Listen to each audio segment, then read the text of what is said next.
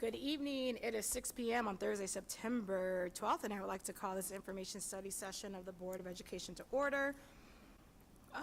The pledge is on here, so that's okay. I guess we'll do it. Okay, we could all rise for the pledge. I pledge allegiance to the flag of the United States of America and to the republic for which it stands, one nation, under God, indivisible, with liberty and justice for all. Thank you. Next, will the clerk please call the roll?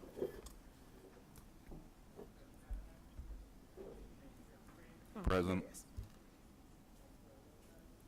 Yep, he's here. Present. Present. Present. Present.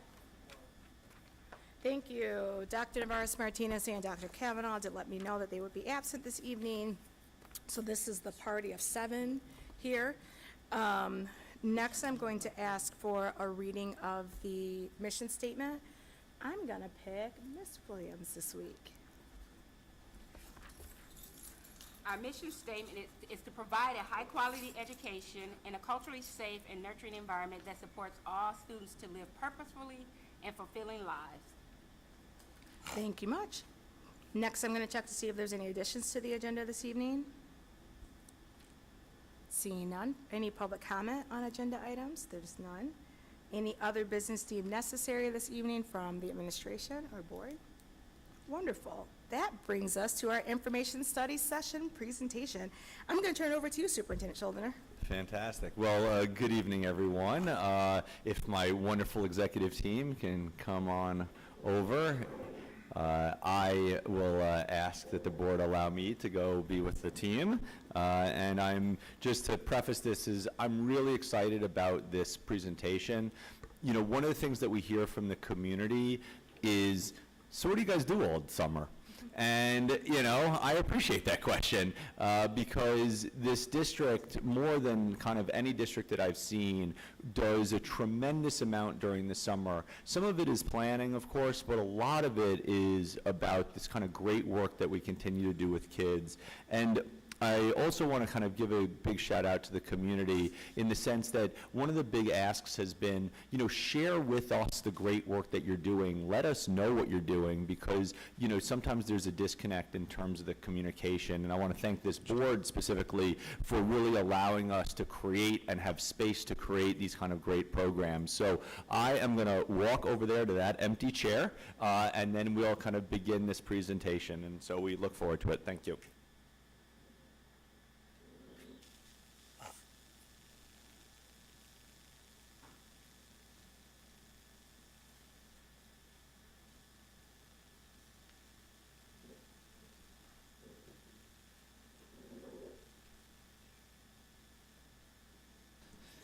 Good evening, board. Nice to see your faces. What we have today is a presentation around all of the work that the district has done during the summer. So you notice that the entire executive team is here, and that's to show you how everybody on the executive team is working incredibly hard during the summer. Each one of them is going to talk about the work that they've done, the specific programs they've done, and how they've supported that work. So here is the summer review and accomplishments. We haven't done this before, but I hope that this becomes the annual September ISS. I think it's really important for everybody to know all of the great work that we're doing over the summer. So the first person I want to turn the microphone over to is our COO, Christina Slade. Might be new, different, but we really want to thank not just Christina, but her entire team. I hope that the people in Lansing have started to see the construction, the new work, all of these great things that were happening. Some of them are big, like a brand new school at Mount Hope, but a lot of them are subtle and small, but will have great impact for our children. So without further ado, I'm going to turn it over to Christina. Thank you, Ben. Mind if I have the clicker? Yeah, of course. Thanks. So the first thing I wanted to go over, just to kind of go on with what Ben said, is a lot of small projects but make a very large impact. So the first two slides, excuse me, that we're going to go over some new playgrounds that we installed. Sorry. That the board so graciously approved. So the very top picture and then the bottom right picture are the new playground and swing sets at Gardner International School. So you'll see that what we did is we put in more accessible playground equipment, both with stature as far as like how low things are to the ground, easy access, different swings for different ability-abled students. And while we were doing and putting in the new playground equipment, we made sure to remove everything that was older, metal, falling apart, wood. So all of the old structures we made sure we removed, put in new edging, all new wood chips, to make sure that these were much nicer playgrounds for our students. The bottom left is Forest View Elementary, so you'll see they're an environmental science school, so you'll see some of the little intricacies on it, like the trees on the top of the playground there to kind of just tie in with the school, and the school's colors are also green and purple. So we did a few things, neat things like that on the sites.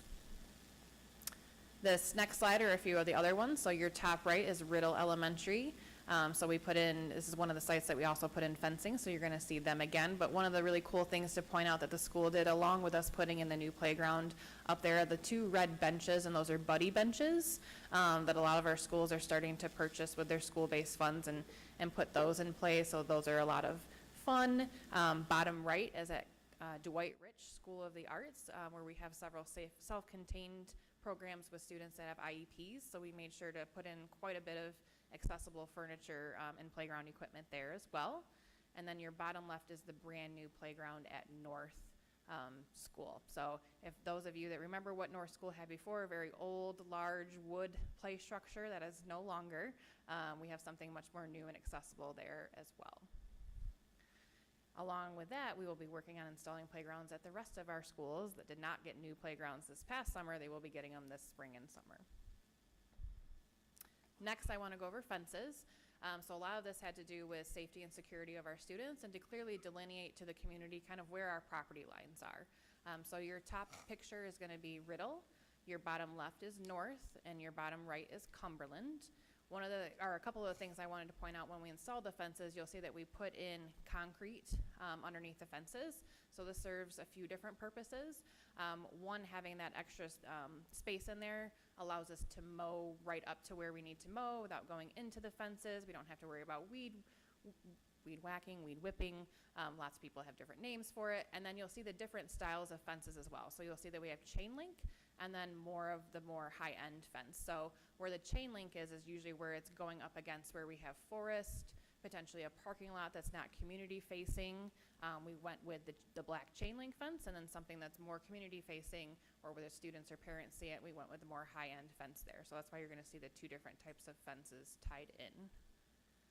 One thing that I did want to mention too, the community is, although we have fenced in our properties, we welcome you onto the properties to be able to use the playgrounds. Please bring your families on, use our spaces, just not during school times, obviously, while we have children there. But just because we have fences in does not mean that we do not want the community to use them. We have gates all over the property, so please feel free to come in and use them when students are not in session. The next is our newcomer center. So the board so graciously approved us purchasing what was the old Mount Hope Church in front of Gardner International School. And so we have taken the church and completely done a whole overhaul renovation on it.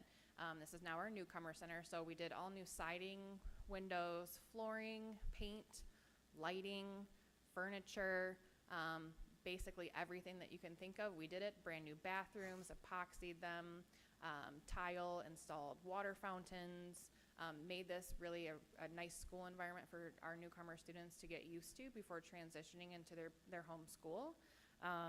One of the other things I wanted to point out is you'll see there's lockers in the bottom right-hand corner. So we put those in so we can work with students on how to use lockers and how to get familiar with their school when they transition in. So we put in a lot of cool little bits and pieces into this smaller space to help make it easier for students when they're going to their traditional school. The next is at Hill for our CTE programming. So the top picture in the middle is our culinary arts classroom. And so that is where a lot of our students spend their time in the culinary arts program, doing their hands-on activities. On the other side of that white wall is actually, I'm gonna call it the stadium, like the stadium seating area. We redid all of the floor in there as well and painted it. Your bottom left is your PCT, so patient care tech and EMT space. So you'll see that's a very large space, but they have a practical part of the classroom and then a more traditional part of the classroom, and that's why it's so large. Brand new lighting, paint, flooring, and technology, some new sinks, those types of things. And then the bottom right, I'm curious if the board has any idea what that space is. Cafeteria? That is the cafeteria. That is the old Oak Room. Yes, it is. It is no longer. That is the hallway, correct. That was all the whole open Oak Room. We removed the wall. Obviously, there's no more brown or sconces on the wall. It's no longer dark. It's all brand new lighting, paint, flooring, cabinetry.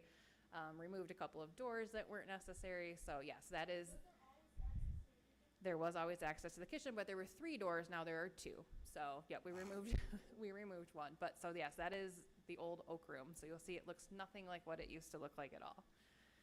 More projects to come at Hill next summer, but these are just a preview of some of the things that we did over the summer.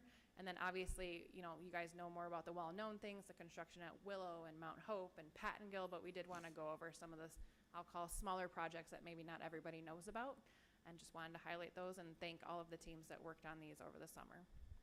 With that, I'm gonna hand it back over to Ben. Oh wait, sorry, I have one more. I lied. Gardner Pre-K, sorry Sergio.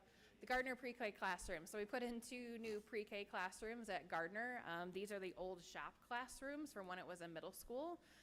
Gardner did use those rooms as other spaces, maker spaces and those types of things before we transitioned them into preschool classrooms. So these are rather large classrooms. These are about 1,800 square feet classrooms.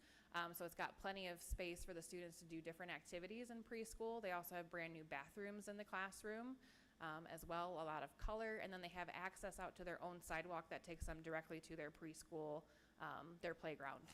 So a lot of fun work there. The kids are really enjoying it, and I think the staff are enjoying it as well. Yeah, new playgrounds, exactly.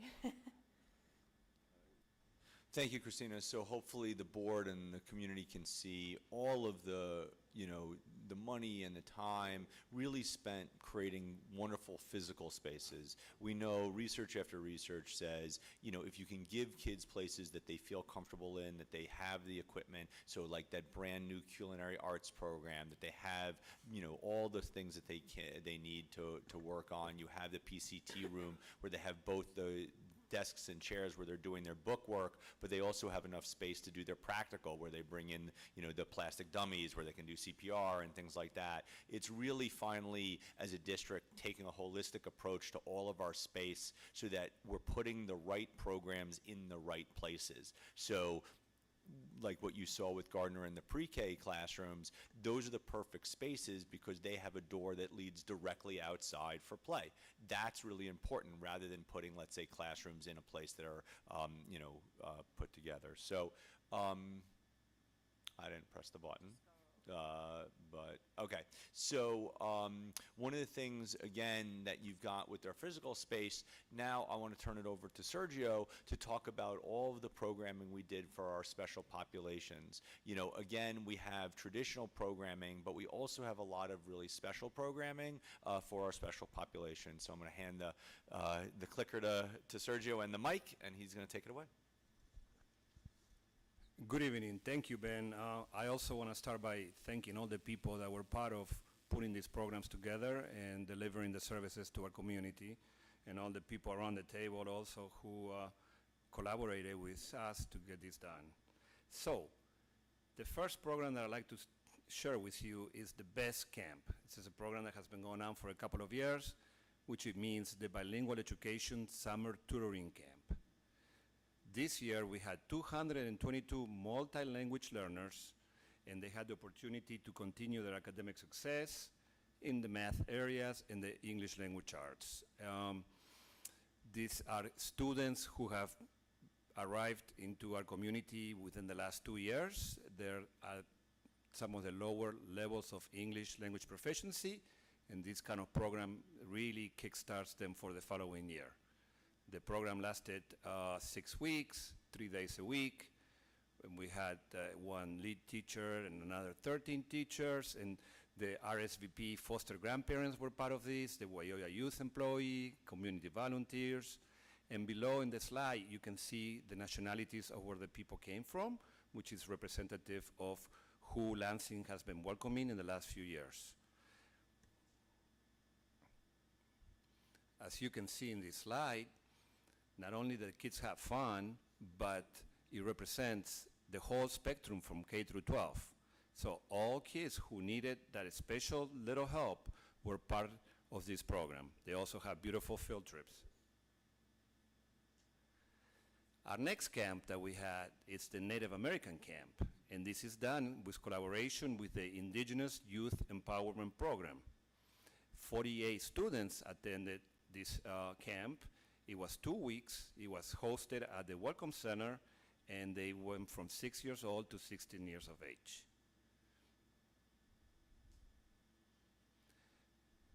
The Ingham County Youth Center, as you well know, has 25 students in the program, and we are responsible, and we are the ones who educate these kids. So, like every other student in this district, we wanted to make sure that they also had an opportunity to gain some skills during the summer. So we had an 8-week summer program, once again, math and English arts. I know it might sound boring, but that's what we need, okay? So it was 4 days a week for half a day, and it kept the students busy and learning. The adult education summer program also continued, knowing that the Lansing School District is basically the only district in the mid-Michigan area, and probably farther than that, that provides adult education services. We had 101 students participate. Some was virtual, and the services that were given was English as a second language, and also GED and high school diplomas. Also in person, we provided service at the Ingham County Correctional Facility in Mason, and evening classes for English as a second language. So we were able to graduate 4 students during the summer, 2 with GEDs and 2 with high school diplomas. So nothing stopped for many people. Our wonderful Eversole Environment Education Center. Mr. Bawinski and his team were pretty busy this summer. 20 summer camps. Some were 1 day, some were 1 night, some were multiple nights, up to 5 nights. Some of the camps went to northern Michigan, some went to the UP. Basically, we provided services to 1,048 students from grade K through 12. And that's an increase of 23% from last year. So this was a very successful opportunity for our community. Some of the pictures of kids having fun, somebody catching a fish, and everybody else having a good time. The Equine Center for Learning, located right next to Beekman, also had 11 summer camps. Once again, some of the programs are half days, full days, or more than 1 day. 207 students were part of this in K through 6, and this was an increase of 67% from the previous summer. I hope you notice that that horse in the middle is not sick. It's just a therapy that we use with children sometimes, okay? And they stay like that until it starts to rain, and then they get cleaned up. The Capital Area K-12 Online and the Lansing Learning Hub. We offer the opportunity to students that were part of these programs 8-week classes. 81 students registered. 248 credit recovery classes were completed. That's an average of 3 classes per student. We graduated 3 students in the 2024 cohort, and we helped 14 students 14 students in the 2025 cohort now be on track to graduate this coming year. So this was another successful program. The Freshman Academy, also located at Pleasant View, offered 85 students the opportunity to be promoted to 9th grade. These are students that they did not pass math or English language arts in 8th grade and also had a pattern of absenteeism.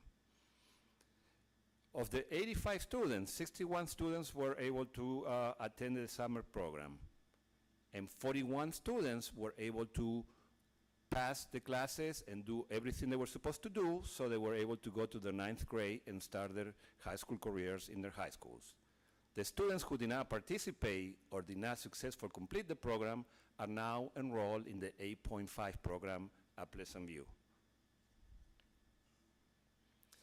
The Wioya Youth Program, that's a program that located at Michigan Works. So Michigan Works hosted a work experience training, and in that training, 43 students were able to be placed in various sites in the, through the community to work. Some of the sites were QD, and as a matter of fact, the Quality Daily hired 2 of them that are working right now. We also had Boys and Girls Club, also at the Best Camp, Rich Art Studio, Global Food Markers, Mr. Leslie Cheesecakes, Southside Community Coalition, Lansing Auto Care, and Capital Area Michigan Works. These were the sites where our students were placed. In addition to that, they had workshops for GED, completed some GED testings. They also coordinated services with the food bank and did a tour at the Potter Park. Our universal preschool, our famous universal preschool, which the superintendent beat the state and made it before it became a statewide program. And during the summer, we did a lot of enrollment events. And a lot of kids and families were able to do their applications and were able to enroll in the preschools. And 25 of our preschool teachers attended a 2-week professional development for high scope curriculum. Special education summer programming. We had 24 students who attended extended school year, which was provided at Beekman and Everett. And these programs were for the severely multiple impairment, severely cognitive impairment, and ASD. We also offer compensatory education at North for 15 students.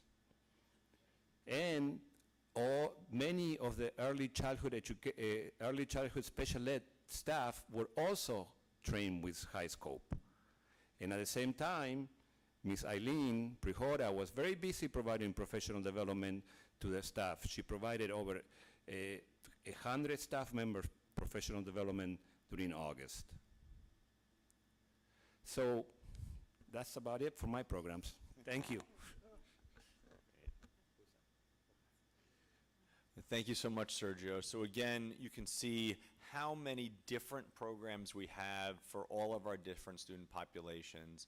You know, you're talking about students that are coming to this country. You're talking about students that need some extra services. You have opportunities to go out into the woods, to work with horses. You know, one of the great things about such a large school district is that we can actually offer things that no other district around this area can. And so I hope that people that are listening and, you know, who will hopefully see this slideshow throughout the year really recognize just the panoply and the kind of myriad of options that the school district provide for our children, not just during the school year, but also during the summer. So I'm going to turn it over to Cordelia to talk about some of the great work that the Office of School Culture has done, really working with our students and really helping them move towards success. Thank you, Ben. One of the best times for me is summer. It's because while I have a passion for direct service to students, I don't get a chance often throughout the year to spend a lot of time with our students. Thank you, Christina. So Aim High is a summer program that allows me to touch base with kids and spend time with them on a daily basis. Aim High has been around for about 10 years. It's a 6-week program. We served 57 students. And just like the Freshman Academy, we have a very intense focus around math, English, language arts, and social emotional skills. So the social emotional learning skills is really what we hope to, by implementing those skills and teaching those skills, we hope that students are better prepared for the 9th grade. In addition to those skills, we're bringing in motivational speakers. We're taking them on field trips. They are really excited at first to, well, first of all, they don't want to go on the field trip. They're like, no, I don't want to go to Saugatuck. What's that? But a lot of our kiddos have not really spent a lot of time outside of the city of Lansing. So being able to take them on trips and introduce them to environments that they've never experienced is a joy. And once they get there, they're really excited. I wish I had put a picture up here of all the kids on the beach with, in the water. So it's just a really good time for them. Tutoring, we bring in MSU early scholars from the School of Education to support our teachers. We open up a weekly PBIS store. Students are able to earn Aim High bucks throughout the week, and then on Thursdays, they're able to spend their cash. And some of them even try to save their cash. The last day of school, they had so much cash until they didn't know what to do with it. We had to go get bags for them to take their items purchased home in. So that was pretty fun. We also had an end-of-year program celebration where students and families come in. We had about 30 to 40 families come in. We feed them. We gave them certificates. And they were able to leave with a box of school supplies as well as a backpack to put those supplies in. There are just a few pictures of staff and students, and this was at our end of the year program, so you can see the conference room C at the Halleck Center is full, jam-packed. So that's really exciting. And parents were so excited to be invited and participate in this celebration. Another fun thing for us is just like some of the other initiatives that we're doing around the district, such as RAVE and ALICE, we've also introduced a behavior threat assessment and management program. We like to call it BTAM. We started this program through our STOP grant several years ago, and we're wrapping it up as of this was the wrap-up. So on July 29th and August 15th, we offered the BTAM training to about 55 staff members. And I'm happy to say that at this time, we have about 167 staff members district-wide trained in BTAM. And of course, those staff members are part of teams, so now there is a team in every school to address threats that are made by anyone, students, staff, parents, or whomever else. But it really kind of helps us with managing the threats and intervening at from an early state through the threat. It's not always that a student should be suspended from school, so the management piece is about the interventions and layers of interventions to support students. Another thing that I worked on and my team worked on this summer is for one, we purchased a program. I don't know if you all are aware of the CAS ID system.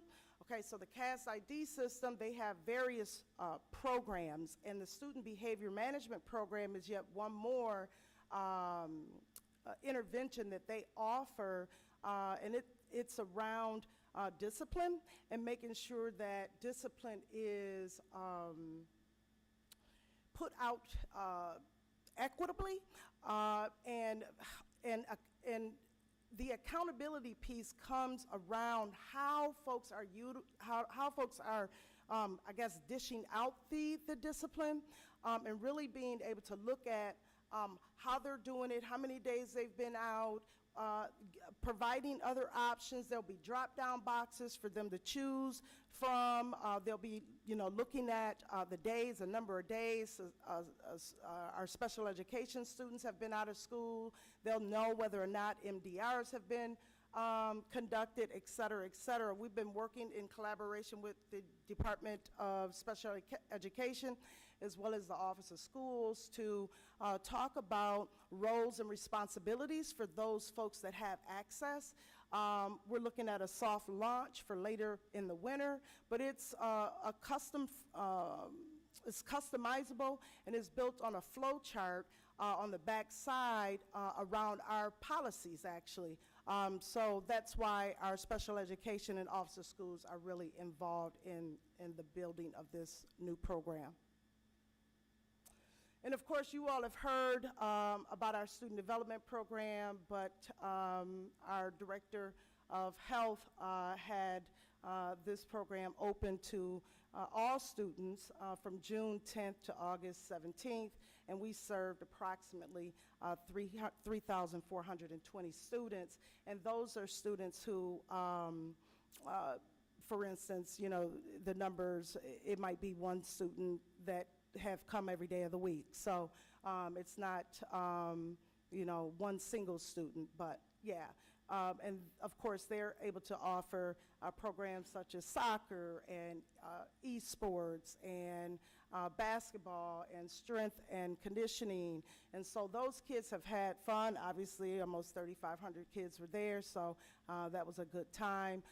They even had art, which I'm really excited about. They're starting to expand their programming at the student development program. So that's about it for the Office of School Culture. While we do so many more, that's what we're going to show you tonight. Hopefully we'll have this opportunity again and we can give you some additional highlights. Great. Thank you so much, Cordelia. Again, a lot of the work that the Office of School Culture is doing is around professional development for our staff. BTAM is really the gold standard for the best way to get adults to understand if children are going through something pretty serious, right? It's a threat assessment, and sadly in today's day and age, this is something that we have to deal with, and the school district really needs to make sure that it is supporting and training its folks to know what to look for. As we all know, things have happened in this country where students have kind of shown signs of having issues, but yet the schools didn't act. And that's why something like BTAM is so important, because you're looking at certain actions, you're then trying to take actions for that from a school district. So I really want to thank Cordelia and her team for taking that so seriously. And when you tie BTAM in with Alice and Rave and all of the other things that we're doing, we're really proud of taking safety and security very, very seriously, but also creating a loving and warm environment, so hopefully those things that have sadly happened in other places don't happen here. So of course, the Office of Schools is going to share all of the work that they did over the summer.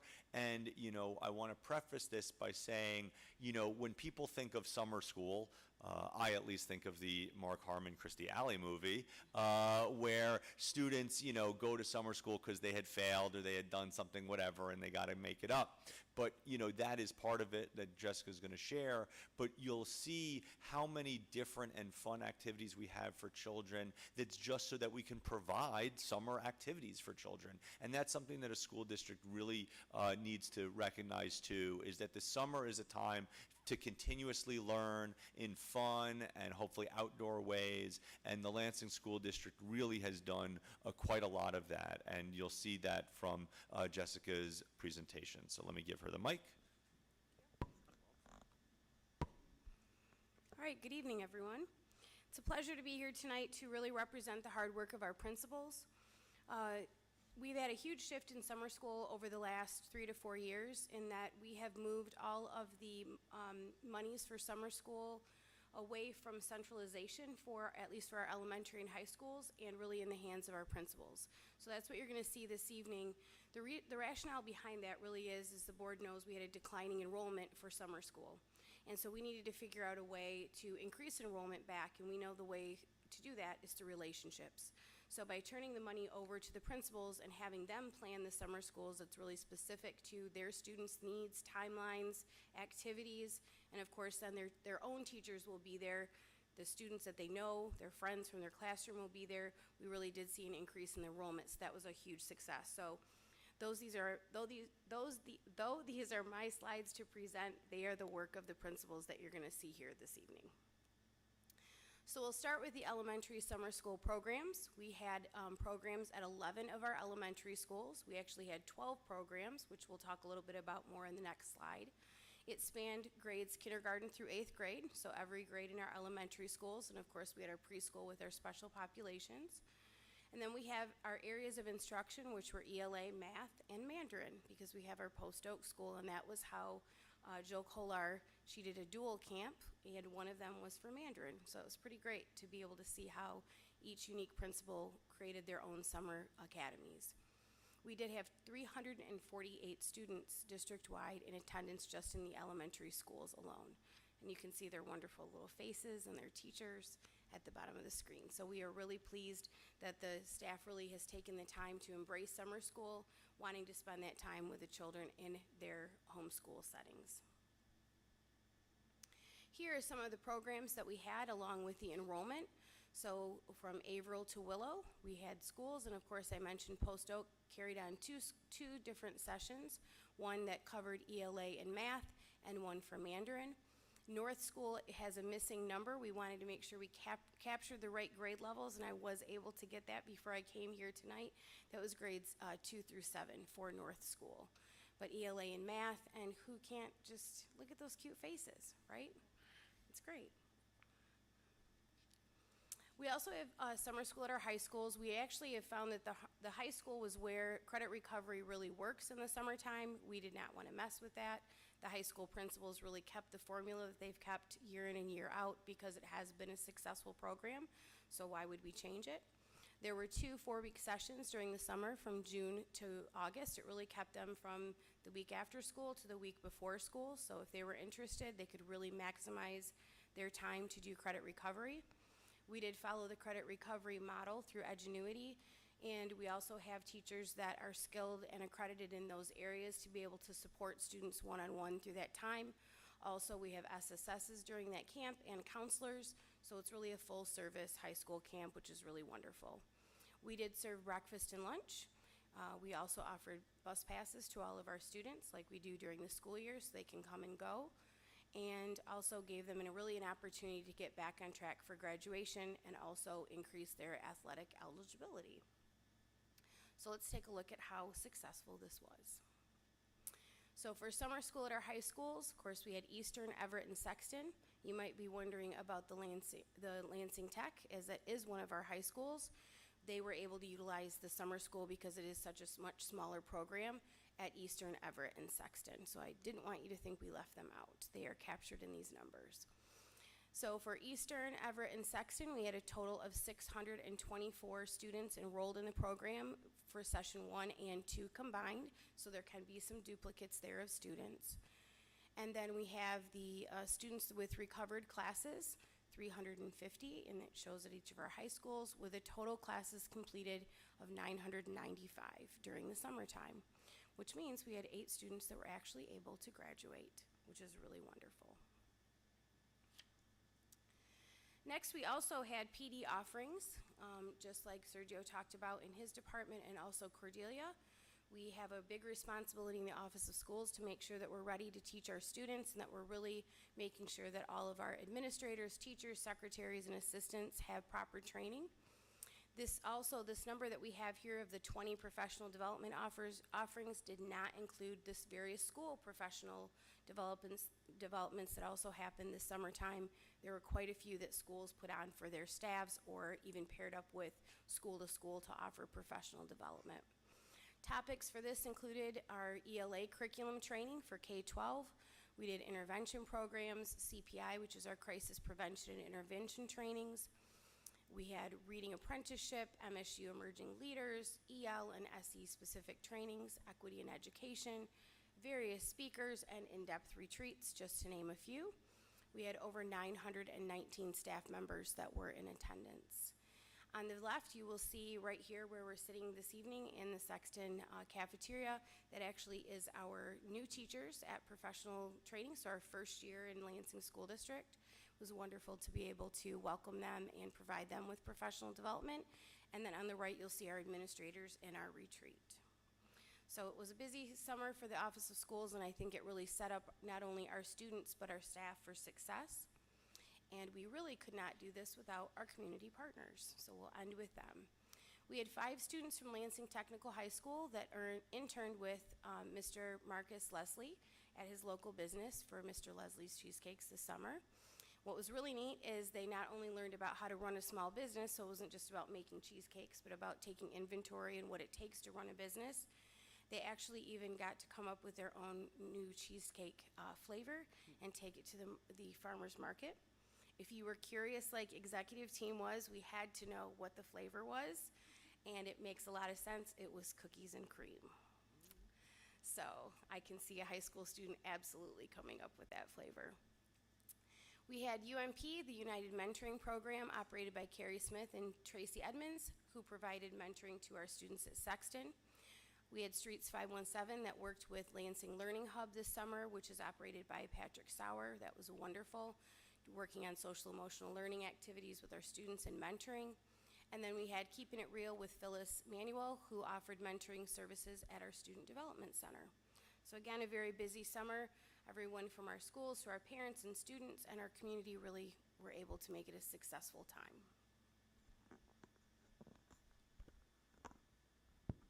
Thank you so much, Jessica. And again, what you saw is great services for our children, but also professional development for our staff. And a big shout out to all of the teachers and administrators that spent their time over the summer really trying to better themselves, right? We're a learning institution. Nobody isn't wanting to be or and shouldn't think of themselves as a consistent learner. We can always get better, we can always do more, and what was really powerful about this summer, especially with our new curriculum and some of our new programs, is so many, hundreds and hundreds of our staff were able to spend some time learning new skills, learning new activities, and then kind of having this new knowledge around this the work that we're doing. And again, you see this list. The community partners that we've been able to open this district up to have really come to serve our children well, and we thank them for all of that. And, in the traditional look of summer school, you did see hundreds of kids get hundreds of credits. Sometimes summer school is a good time to make up the credits, and so our kids have done that. And, one of the really powerful things about getting back on track is that those students then are able to be in their grade appropriate places. They're able to be eligible for sports. They're able to be eligible for our programming. And so I want to commend all of the students that were able to go to school in the summer and get their credit. Now, you might say, well, we do have a budget office. Kim is a great member of the ET, but what does the budget, folks do during the summer? They're not out there teaching English. But one of the things that I really wanted to highlight is how many different and creative ways we fund these programs. What you've seen here, and one of the things that Jess and I were talking about in our meeting this morning, is how many more students are involved in our summer program now than have ever been before. Well, if you're having lots more, hundreds more kids involved, you got to figure out how are you going to pay for it? And so we really are thankful for the Office of Budget to be creative and see all of the different kinds of monies that come into districts that we can use for the summer programming. So with that, I'm going to turn the clicker over to Kim to talk about our Office of Finance and Budget Support for the summer. Thank you, Ben. Good evening, everybody. I'd like to discuss three of our major funding streams that helped cover the costs for our summer program. The first one is the Regional Assistance Grant. We were awarded $353,000, and it covered the summer period from June through August. Some of the elementary school programs that this money funded was North Wexford, Dwight Rich, Geyer Park, Lyons, Averill, Sheridan Road, and Mount Hope. The money was used primarily for staffing and transportation. We also were awarded the 23G Michigan Kids Back on Track. We were awarded $1.5 million, and it is retroactive back to October of 2023. We used it for this summer, and we'll use it for next summer's summer school. We used it for staffing, training, curriculum needs, transportation, technology, and materials. The last major funding stream is our 31A at-risk money. We allocated $580,000 to help cover summer programs. And again, the grant period was for summer from June through August. And this helped fund summer school programs at Willow and Post Oak, as well as bridge programs at Eastern, Everett, and Sexton. Was used primarily for staffing, transportation, materials, refreshments, and our community partners. Our summer school spending from these three funding sources: for the Regional Assistance Grant, we spent $184,000. From the 23G, we spent $812,000. And from 31A at-risk, $244,000, for a little over $1.2 million spent from June through August. Total enrolled students, 2,721, which means that was a per pupil amount of $456 per child. Right. So one of the things about that last slide that's really so powerful is that we've spent about $1.2 million in summer school, 1.25, and we were able to serve 2,721 kids for an average of about $450 a kid. But one of the things that's been really interesting looking at this district over the years is that we have spent money on summer school, but we weren't able to serve as many kids. So even though we might have been spending, let's say, $1 million, we were only serving 500 kids, which is ridiculous. And so one of the things that we're really proud of, and all 5 of the people on the board could say this, is we were able to find good money, but we were able to find the programs that kids wanted. So, you know, one of the things that Jessica really pointed out, and this is why school-based budgeting is so powerful, is you say to the schools, look, we'll give you the money, you know where the kids are, find great fun programs, bring those kids in. And so rather than the district just say, well, we'll have some teachers in a room, send your kids, we spent almost the same amount of money, but we didn't serve anywhere near the same amount of kids. And so now these kinds of programs that we're doing are really so much more supportive of our entire families, our entire kids. And so I really am very, very proud of all 5 of these folks at the dais here. They have, as a unit, really realized that summer can be positive. It can be a great time to do things, everything from build new, playgrounds, to have, I guess they were, I don't know, putting chalk on horses, I don't know. But like, they were happy, the kids are out there, they're learning, they're getting credits, even having 8 of the kids graduate through the summer programs and another 4 through some of the special population programs. This is a really powerful thing, and I hope that certainly the board recognizes and the folks at home recognize that, during the summer, this district is vibrant, it's alive, it's doing a lot of really, really great things, and something that we should be really proud of. So I thank the board for really having belief and faith in allowing us to do a lot of these programs, because the truth is a lot of school districts around the country don't do this. They kind of shut down, they let the kids do their thing, and then they come back. Here we're able to have some very, very powerful programs to serve our community better. So with that, I want to say thank you and certainly open it up to the president and the board for any questions. Thank you. I do have a couple questions. If you guys don't mind, I'm going to go first, then I'll open it up to my colleagues. I really appreciate just piggybacking on exactly what you were saying, Superintendent Schuldiner, about being more strategic about how we're investing the dollars instead of just saying, oh, we spent this much money in summer programs. Okay, what does that mean? And I know one of the goals in the other programs, we want the right return on investment. But the issue we have been trying to tackle is summer slide and supporting youth and students and how we are making sure they are progressing. So I want to start with going to you, Mr. Keck, with some questions from the Department of Special Populations. So for your program, you shared with us about Freshman Academy. And so I'm curious what we are going to be doing longitudinally to track to see how well it worked, if you will, right? So there's some information you gave us right away, right? So we invited 85 students, 61 of them participated. Out of the 61, 41 of them completed. So 41 of them are going to successfully enter ninth grade, or already started ninth grade a couple weeks ago. And then the remaining students more than likely went to the 8.5 program. Great. What are we doing to track to see, like, does it matter that these kids went to this program? Are we making sure they make it to 10th grade? Are we going to track them through till they graduate? What's our plan there?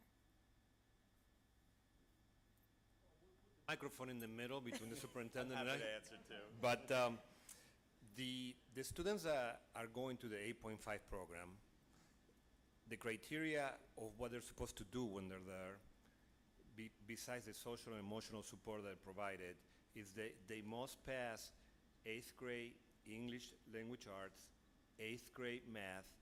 They must complete the first semester of Algebra 1A and also the first semester of English 9th. So with that foundation, we believe that the students, when they go back into their high schools, are going to be successful. Now, as far as tracking them, this is the second year that we've done this, so we have a little bit of data that we can look into for last year's and see how we're doing. But that's a great question.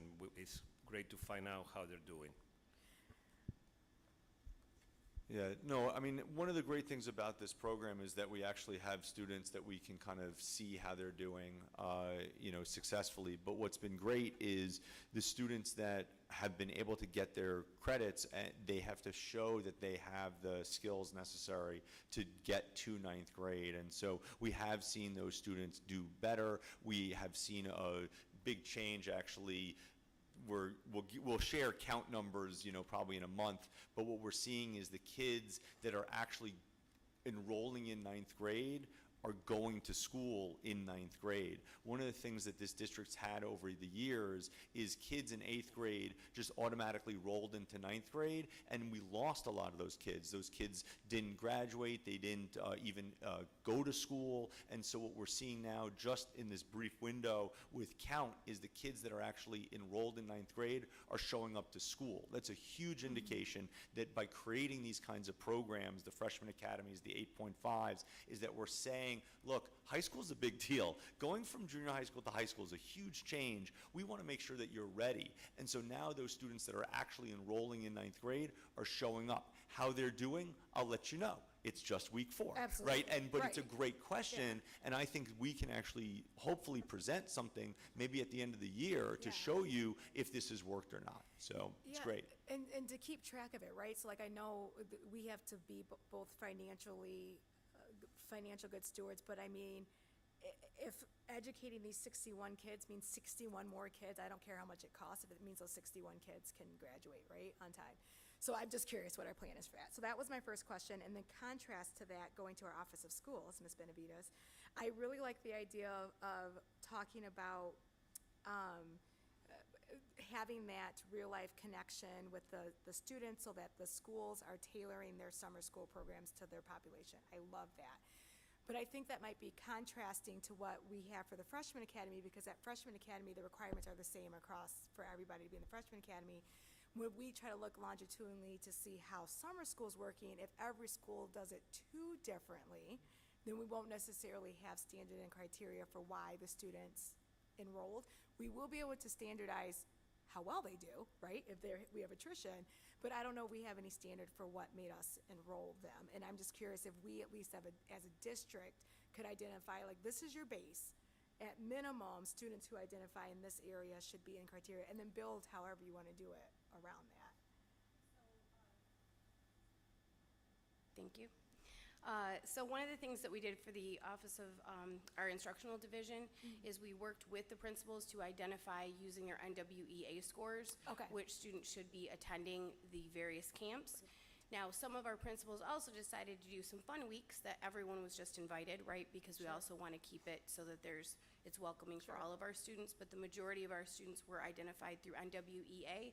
And then our instructional division also helped the schools also with Freshman Academy and AIM High Academy. They used a standardized curriculum. And so there were opportunities for leveled readers and math intervention that was more hands-on. We really moved away from the previous summer at Freshman Academy and at our AIM High camp.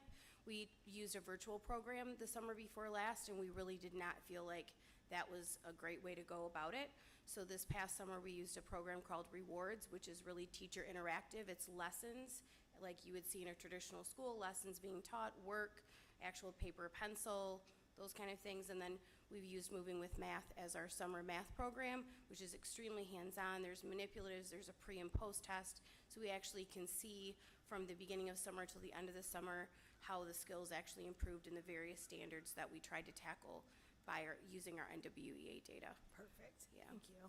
And then I have one question that can totally be answered later, which was just, so we saw for summer school, there was 348 attendees. I'm just curious how many were offered the chance to come. So I think that I actually don't know It's because okay. it was principal directed. Okay. One piece of data that I did share with the executive team this morning, as you all know, or many of you know, I ran the summer school programs district-wide probably about 4 years ago, and prior to that as the school improvement director.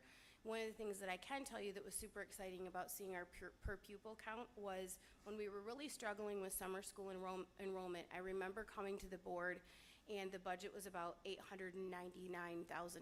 It was a lot of money that we were spending mostly through 31A carryover funds. And I remember doing the per pupil calculation during that time, and it was $10,000 per pupil that we were By spending. time you.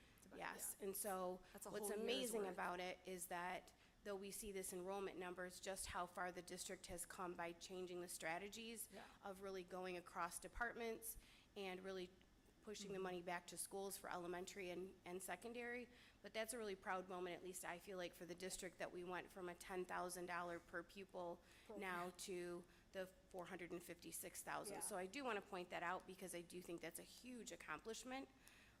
And just the number of students that we're servicing and also how much better we're using our funding. So just Yeah. wanted to point that out. And that's awesome. And it's possible that students were, just like how in the student development program, it's not the unique number. They could have gone to Ebersol and Student Development Center and their summer, so it's possible that dollar went even further. Absolutely. So that's awesome. Thank you. Thank you. Thanks for indulging me. Mr. Krim. Thank you guys for coming and presenting on this. Couple questions, or first, not really a question, the first one, but amazing job at Hill. I know those ones especially pictured here were ones that staff and students have brought up areas that they, concerns, and to see the improvements that we've made and committed to these students and staff members is amazing, especially the the kitchen, because I remember I walked in there, it was a little crowded, and now to see how it looks is phenomenal. I can't wait to go check it out. So thank you guys for that. Next question I had, where were we?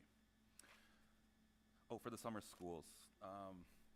My question was a little taken, but for the students that we identified that did complete the course, kind of in line with about tracking them, do we offer, or do we know of if we've, I guess, notified principals or maybe their advisors or the dean to have possible check-in points with the students to ensure that they're staying on track, staying focused, and that we are offering those, areas of, allowing them to see what tutorings they have offerings and stuff like that.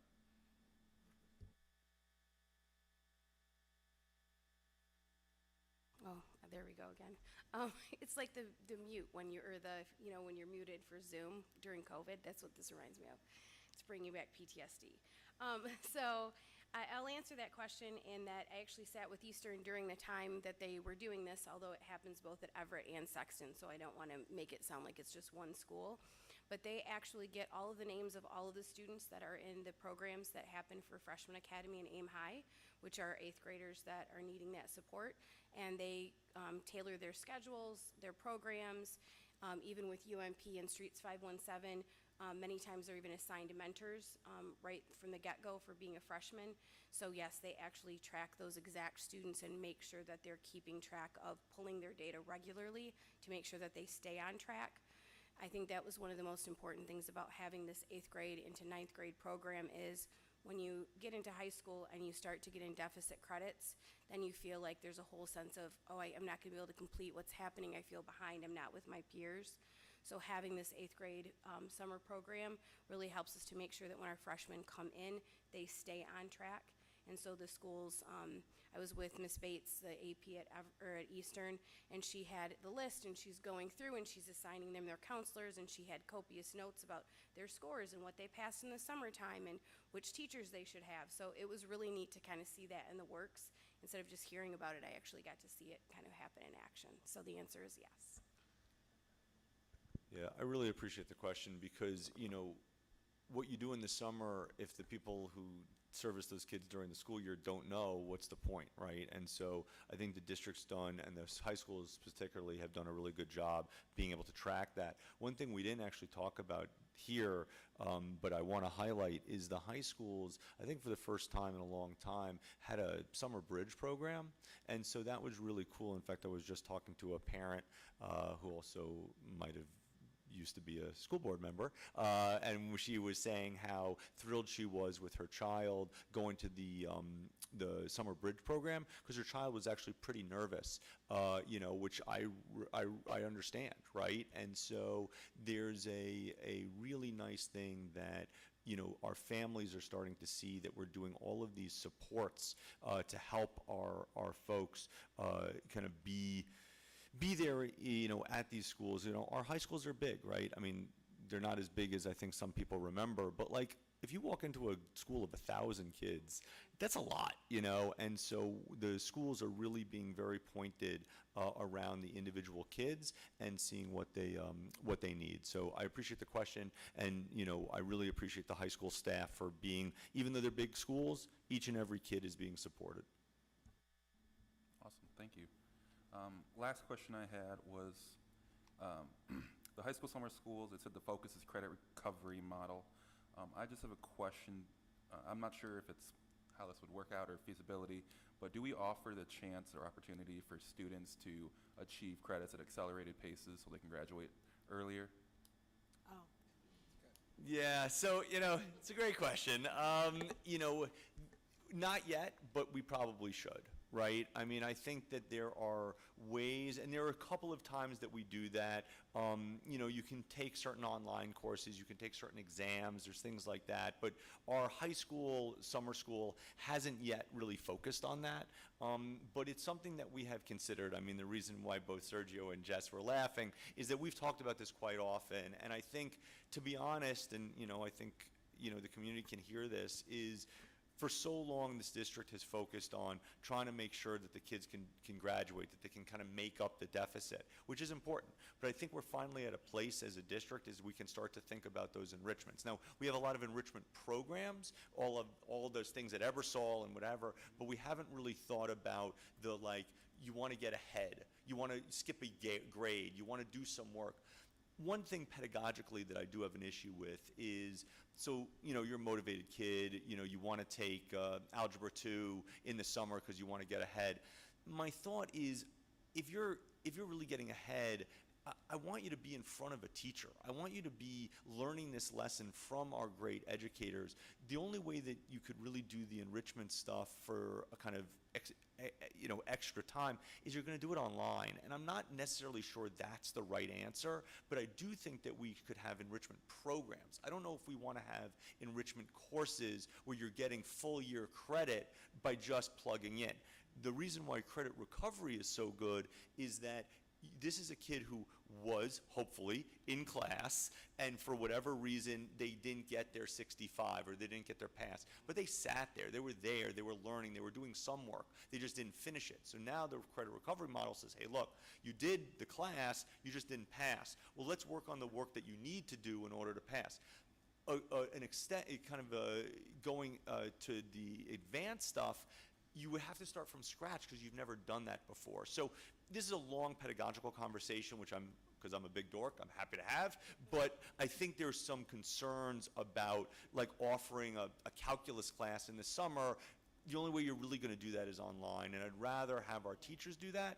But I do see enrichment programming is something we should probably invest in, and I hope, and certainly Jessica can hear me say this, I'd like to believe that next year you'll see probably 2 more slides on enrichment activities rather than just recovery activities. Awesome, thank you. Oh, I did have one more question that came to me. So for the summer programs, I see that we had, students that interned with Mr. Leslie's Cheesecakes. Thank you. Shout out to Mr. Leslie's Cheesecakes. They are amazing. Are there any other, I guess, internship programs maybe that Hale offers to get the construction program or other, other programs there offering the experience in the work field? Just one to mention through WIOA is we had Cadence Jackson. So one of the student at Sexton High School is a senior this year that helped us get a grant this past year that we did. She actually interned in our office, in the operations office, over the entire summer to help us develop a recycling program and a student involvement program. So we also worked with her to do that. And I know that now I believe she is interning with the communications office. So we're continuing that because she likes to reach out for social media for these purposes as well.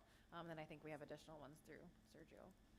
Yeah, I mean, one of the things, and we talked about it briefly but didn't list it, is through WIOA, that's kind of what they do. So we actually have multiple programs where children are doing internships.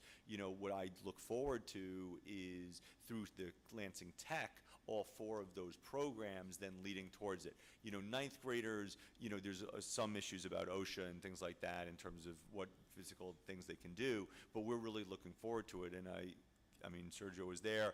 A big shout out last night is our health science program actually had a big event with U of M Sparrow, where the head of Sparrow and the chief medical officer, all of those people were there, and different tables were about jobs and that where these kids can intern and work at. So the WIOA program really does a lot of that, and then as the Lansing Tech kids get older, they're going to have opportunities to do all sorts of internships. But I don't know if there's anything. No, but real quick, Mr. Curry Milo, who was running the WIOA Youth Program, now he's the Director of Alternative Education. So he's linking the WIOA Youth Program, which pays for placing students in opportunities to have work experience. He's going to be connecting that with the Learning Hub and the online students, and the whole area of the district is being developed, including Lansing Tech. Awesome, thank you so much. That's it. Thank you. Ms. Lopez? On elementary summer school programs, you had like very small numbers in each of the schools. So, but you had the program at the school anyway? And how does that work out? I mean, you have a whole building for 15 students. Does that make sense, or could we do it differently? That is a great question. So because we left it up to the principals, right, they had their set budgets, they invited the students. Some did not have as much enrollment as they would have liked. So I don't think it's for trying. I do think that some of them did have very small intervention programs because they tailored the program to what they wanted it to be. How this worked this year was each of the schools turned in a proposal. They said, this is what we want to do for summer school, this is how many teachers, how many students, and we approved their budgets, and off and away they went. So for some of them, their numbers are small this year. Some was because they only wanted to do a small program with that intervention group. Other schools wanted to really go with more than that. We did have, at some of our schools, staffing was challenging.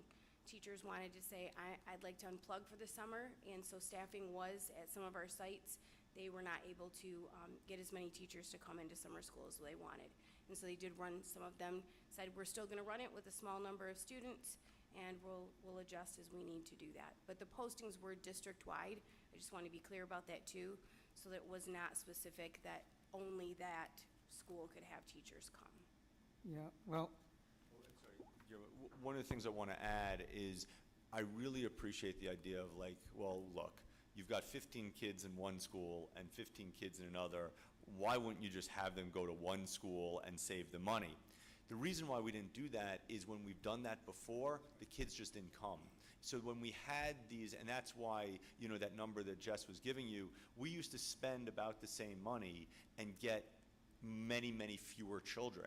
And that it's actually, if you have a group of 15 in one school and 15 in another and 15 in another, you're serving those 45. What we found is if we just had that one place, these kids from the other schools just didn't come. And so it was actually worth the money, and in fact the per pupil dropped exponentially because we're able to serve so many.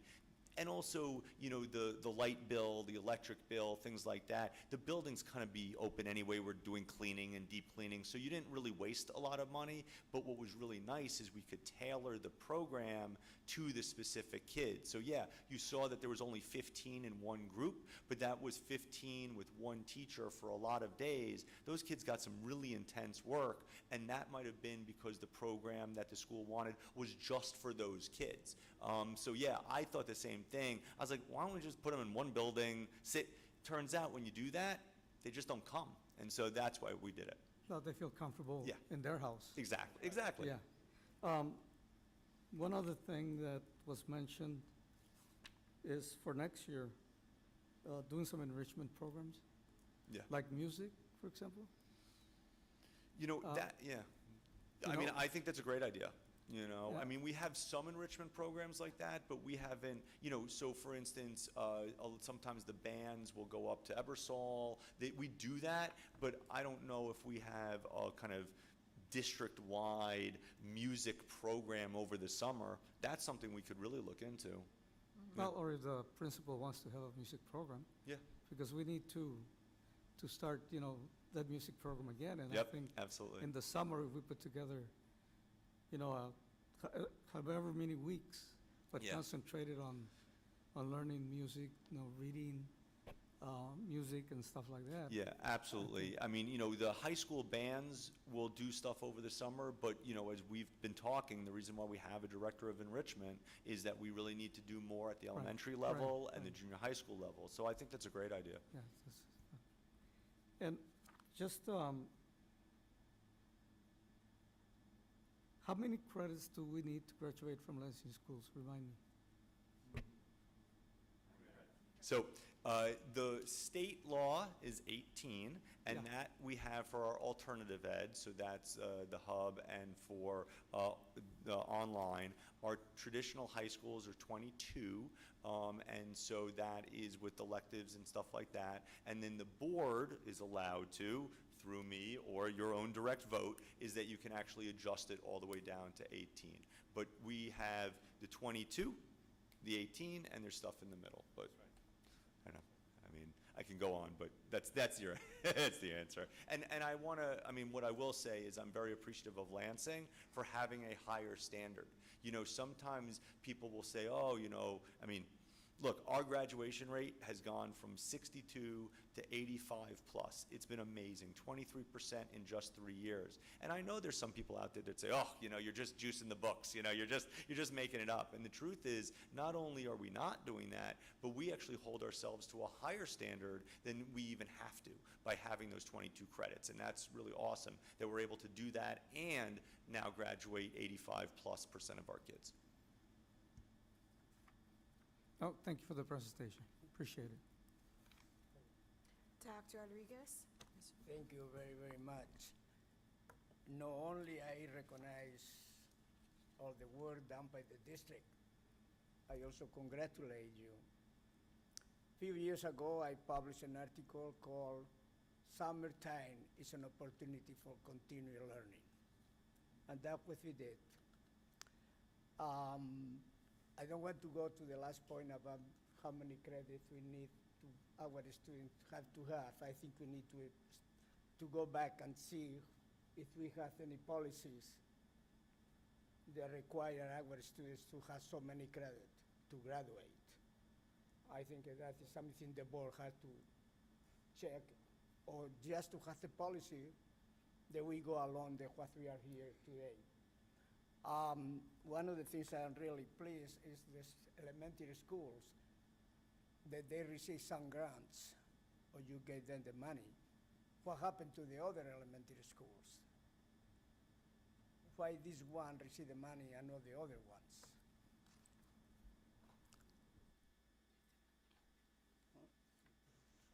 So some of our schools that you did not see that had summer schools, they did a couple of things. One, they partnered with a school that was on the list.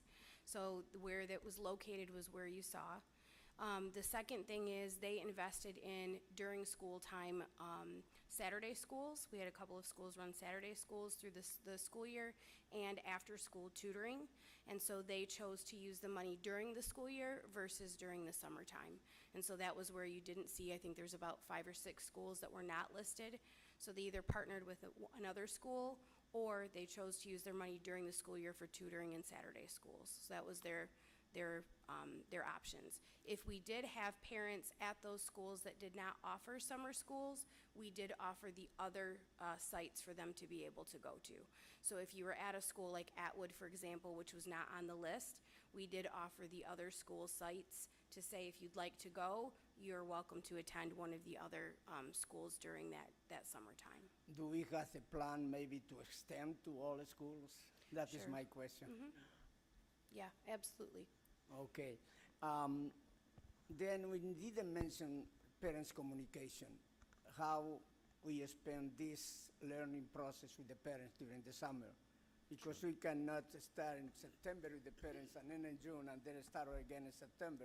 Yeah. When we have 3 months, then we need to communicate to parents because learning is for everybody. Yeah, it's a great question, and I think so much of what we learned this summer and last summer is when these programs are done by the school, they communicate with the parents, and the parents pick up the phone. You know, like these are where their kids are, and I'll tell you with these K-8s, now, you know, families are with these schools for 9 years. You know, they know the building, they know what's going on, and so the communication, rather than being done by Central, is being done by the schools, and that's why you see so many more students participate than previously. Now, can we always do a better job? Absolutely, and I think our hope now with summer school, especially because we have the 23G grant, which is a 2-year grant, so we know the money's going to be there, is can we communicate even earlier? Can we start programming in May or even in April to get those families to know what's going on? In addition, we have to do a better job with communicating during the summer about these things, but again, because it's being done by the school, they have much more direct access to the families, and I think that's why you see more families send their kids. I think that is a great answer too. Thank you. I remember the one school years back didn't fail any student, didn't give any E. We gave the students I's, incomplete work, and they complete the work during the summer.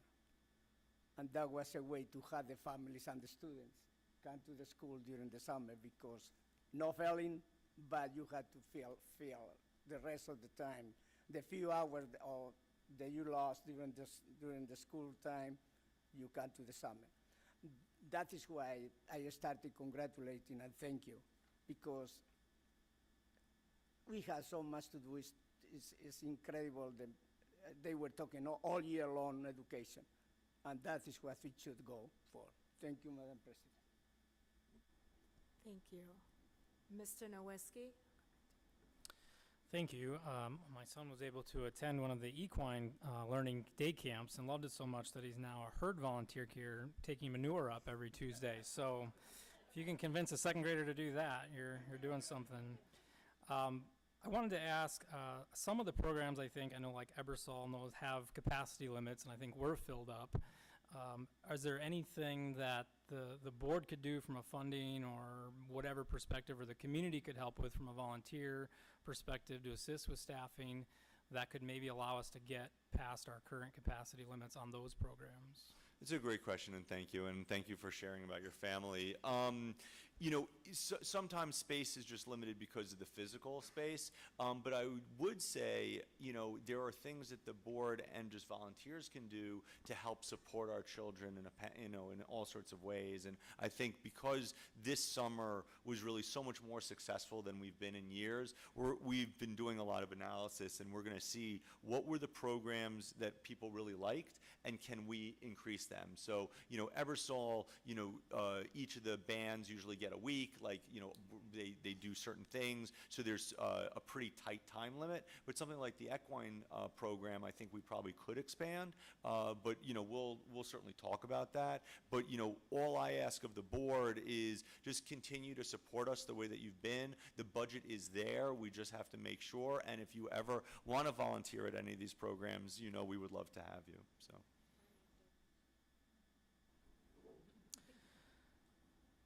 Thinking about all the programs overall, I mentioned some of the programs didn't get the enrollment that they wanted. Is there any look at equity lens on this as to who participated, who didn't? Have we maybe identified barriers that we could be addressing? I know you offer transportation, a lot of things, but is there anything from that lens that we're seeing maybe the students from a particular gender, ethnicity aren't participating for some reason that we need to find out about? I can't speak to specifics on that, but I do know that the principals, because we do our EduStat meetings, and so that I know how, because we talked a lot about what summer programs are you offering, how is your enrollment going, those kind of things that the principals did, and many of the schools take the time to call each of the families directly, and many of them said, oh, we already have things planned for the summer. So some of it is just, my child needs a summer off, that they want to take the time for their kids to just kind of be kids and not attend school. So I do know that anecdotally, at least, the principals did kind of collect, we sent out 60 invitations, here's how many we had, and here were some of the reasons why. I know that they did share some of those with our SPOCs or, Mitch, Kim, and Ariel, but I don't have that in front of me. But I do think making those personal phone calls really did help us to even reach more families, because some of them we really partner up or say, oh, well, we can offer transportation that they may not have known about. So I do think that's a great question, because we want to break down as many barriers as possible. Also, for the special PAPS programs, for like the best camp, which was bilingual, we started early, like in April, identifying who the kids could be, and then we got the whole bilingual translation interpretation machine of the district to connect to with the families, to let them know this is what you can do, this is how you fill the form, this is what we're going to do, and please feel comfortable that we're going to take good care of your kids during the summer. And that has worked so far. Yeah, and then the one thing, of course, to point out, which, is sometimes difficult, is if a specific program is for a specific group of kids, then it will look inequitable because it's for the specific kids. And I think one of the things that's been interesting about the summer programs is some of those programs are really for specific populations. But I think the question is really well taken, and it's something we need to look at, because the flip side is, let's say we had a program just for kids that were in the bottom 5% of testing, and whoa, all of those are boys. Okay, what's going on, right? And so we need to really look at that from both lenses as well. So, but I really appreciate the question. Thank you. My last question, first to start, are these programs only for in-district students, or are any of them open to students from other districts? Yeah, so almost all of these are for in-district students. They really kind of have to be, both the way that the funding works and safety and security. We have talked, so Ebersol, we do allow students from other districts. Usually those districts will rent the space or they'll work with us. We did open up some of the Student Development Center to kids from other districts. They had to, I think, pay a nominal fee or something like that. But I mean, I would say this publicly, like, look, I'd love Lansing to take over all the school districts in the area, that's kind of what we should do, right? We're the big district that hopefully is doing great work. And so, yeah, I think a lot of these programs, if you're going to do credit recovery at Sexton, you should probably be a Sexton student. But we are looking at ways to bring in other students from around the area, but typically I'd say 95% of it is internal, but things like Student Development Center, like Ebersol, we do open up to other students. Yeah, and I recognize the funding would be difficult and lots of other things, particularly the school-based programs. But I wonder, as you suggested, enrichment programs that perhaps, in particular, Lansing residents who are choosing other districts, or people we're looking at, maybe an enrichment program that we can offer that other districts can't would be something we could target that could perhaps build a relationship that could lead families wondering about the district to take something they don't offer where they're going and find a path back into the district. Absolutely, and one of the things that we are starting to see is that at Lansing Tech and some of our CTE programs, children in other districts are asking to be part of our programming because we're offering it and other places are not. So we really appreciate that, and I would like to see maybe next summer, if we do now focus on more enrichment programs, how we could open that up to the greater Lansing community, even if their children don't go to Lansing. Thank you. Thank you. Mr. Krim? Mr. Krim, then I'll come back down the line. To, I guess, build off of the total credit requirements, made me think of a question that I had. Since ours are 22, maybe you don't have to answer this now. You can get back to me later, email, whatever. But one thing I was wondering is, what are surrounding districts' requirements if they are below 22 or what have you, and what are their graduation rates? And then also, within our district, how many students are off track because they're not on track to meet that 22 and would be on track for the 18? So I'll answer with less specifics than I would like, but I will get you specifics when I can. One of the things about having alt-ed programming is that if a child is really off track but can get to 18, one of the things that this district can now do is to say, hey, you're off track, maybe you need to go to the Lansing Learning Hub, maybe you need to go to our alt-ed program because that will help you get what you need. We also have some alternative programs that the individual schools do, and then what we can do is if we say that child got to 18, we feel comfortable with them graduating, then we actually, through the board and through me, can say we allow for this. Where we've also done this actually is kids who want to graduate early for very specific reasons. So we've had kids who are already in college, or kids that are already gone to the military, or kids, there was a kid this year who had a job through the unions that wanted to start their internship. So we're able to do some of that, but in terms of the specifics, I'm happy to get you, but I know that Jess and, sorry, you were just going to. Same. No, we just said the same word at the same time, which was personalized curriculum, right? So we can specialize for individual students. And in terms of the graduation rates of other districts, stay tuned till February. We will see. I'm very proud of where we are, but I know that the districts around here also do quite well. Thank you. Thank you. Mr. Lopez? Just one additional question. The online service, we do get people from out of district, right, on that? Oh, yeah. I mean, we definitely have schools of choice children, right? So we have kids that live in other districts that are part of our online school. We have kids that schools of choice into our schools, into our programs.